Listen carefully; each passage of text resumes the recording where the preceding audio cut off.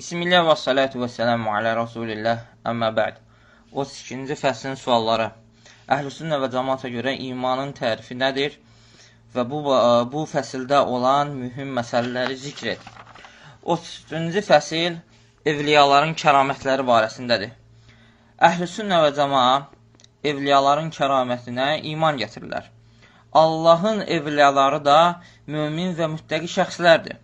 Necə ki, Allah subhanət hala buyurur, Ələ innə əvliyə Allahu lə xavfun aleyhim və ləhum yəhzənun, əlləzinə əmənu və kənu yəttəqun. Allah subhanət hala buyurur ki, şübhəsiz ki, Allahın evliyalarına heç bir qorxu yoxdur və onlar kədərlənməzlər. Onlar kimlərdir? Allah subhanət hala buyurur ki, onlar o şəxslərdir ki, iman gətirib və təqvalı olarlar.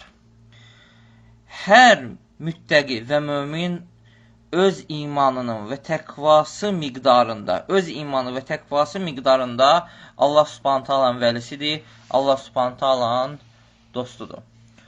Onların Peyğəmbər sallallahu aleyhi və səlləmə tabi olmaqlarının bərəkəti səbəbi ilə Allah onlara hörmət edərək əllərində qeyri-adi hadisələr ishar edir ki, bu hadisələr də kəramət adlanır.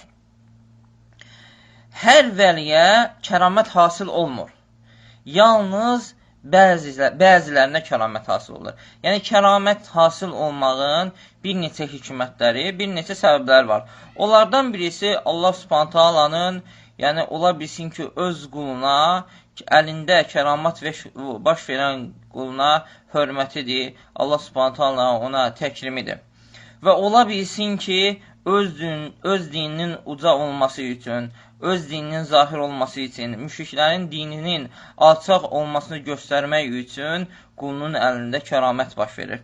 Və ola bilsin ki, yəni qulunu iman üzərində sabit etmək üçün, imanını artırmaq üçün ona kəramət baş verir. Və ola bilsin ki, qulunun hansısa dünyavi ehtiyacını qarşılamaq üçün, yəni ruzi vermək kimi kəramət baş verir. Necə ki, Zəkəriyyə aleyhissalam Məryəm əleyhissalamın yanına girəndə meyvələr görərdi. Yəni, Allah o da deyir ki, bu hardandır? Deyir ki, Rəbbim tərəfindəndir. Yəni, Rəbbim Allah dilədiyini təmənnasız ruziləyər. Ona görə də, yəni, fikir verir ki, tabinlərdə baş verən kəramət sahabələrdən çox idi. Yəni, nə üçün? Çünki sahabələrin imanı daha kamil idi. Onların kəramətə ehtiyacı yox idi. Çünki kəramətin səbəblərindən də biri odur ki, yəni qulunu dində sabit etmək üçün. Amma, yəni bu qeyri-adi şeylər, bu qeyri-adi hadisələr, facir, fasiq insanların əllərində baş verərsə, o şəxslər ki, Rəblərini tanımırlar, Allahı tanımırlar, sünnə üzərində deyirlər, şirk, bidət içindədirlər, bu kəramət deyil. Bu yalnız ya fırıldaqdır onlardan, ya yalandır, ya fokusdur, ya sehirdir, ya fitnədir, ya da Allah tərəfindən bir istidracdır.